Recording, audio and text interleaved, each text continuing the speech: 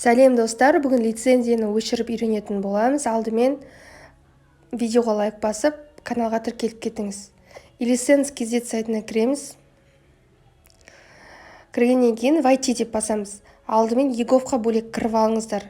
Сол кезде кіру оңай болады. Мына жерде портал электронного правительства деген бар. Соны басамыз.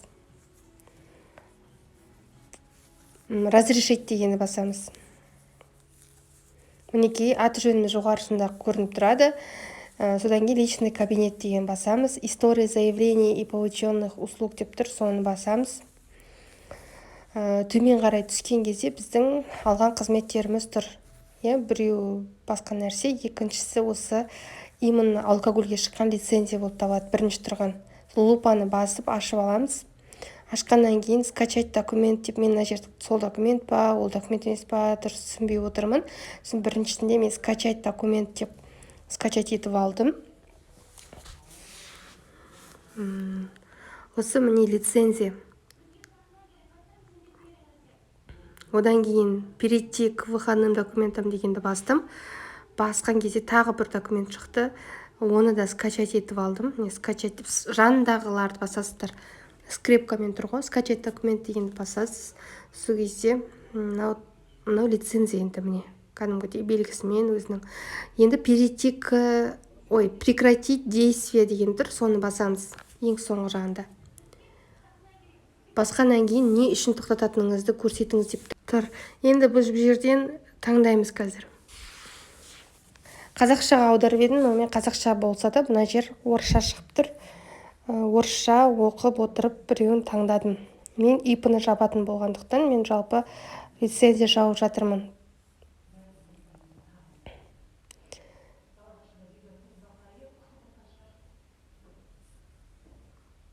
Прекращение деятельности физического лица деген таңдадым. Әрі қарай дегенді басамын. Содан кейін далее. Мына жерде өзіңіздің орган, яғни ИП тіркелген орган ғой. Соны таңдаған кезде өзі автомат шығып тұрады, соны әрі қарай деп баса бересіз. Мына жерде не үшін тоқтатайын деп отқаныңызды жазасыз. Орысша, қазақша. Менде ИП тоқтататын болғандықтан прекращение деятельности ИП, и екіншісіне уже ЖК, жеке кәсіпкерлікті тоқтатуыма байланысты деп көрсеттім.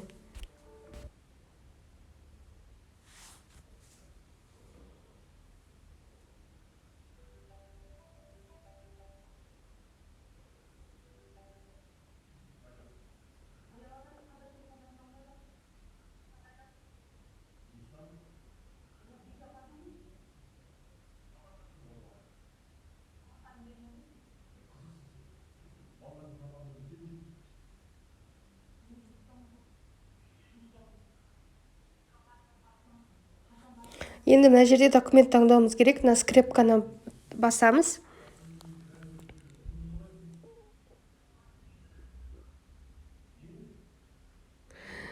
Квит дегенді таңдап аламыз.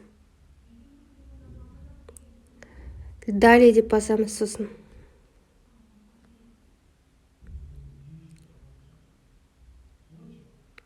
Басқаннан кейін мына жерде біздің личный данныйларымыз шығады. ИП-ның мына жұлдызшамен белгіленгендер толтырылмаған болса, толтырып жібереміз.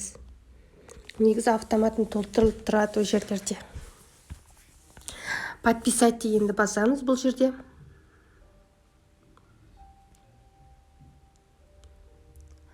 Далее, сосын подписать. ЭЦП таңдаймыз. ЭРСАмен подписать етеміз. Бұл сразу жабылып қалмайды, бірақ біз тек қана заявление тастап жатырмыз. Ол жабылады бір жетіде. Сізге хабарлама келу керек. Уведомление тоқтаған туралы. Подтвердить дейміз.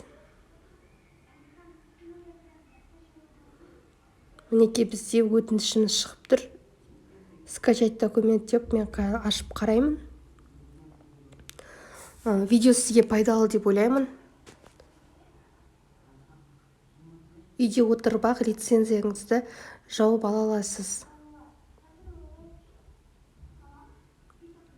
Мінекей мен дұрыстап қарап отырмын, оқып.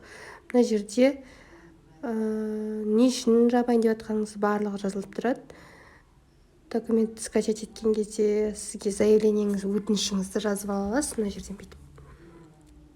Онан кейін немесе мына жерде личный кабинетті басып арқылы манағыдай документтеріңізді шығарып қарай аласыз. Міне мен қазір қарап жатырмын. Мінекей бізде төмен қарай түссек 3 документ болып тұр. Оның бірінші тұрғаны уже өтінішіміз болып табылады. Видео сізге пайдалы деп ойлаймын. Видеоға лайк басып, комментарий жазып, қолдап жіберіңіздер. Сау болыңыздар.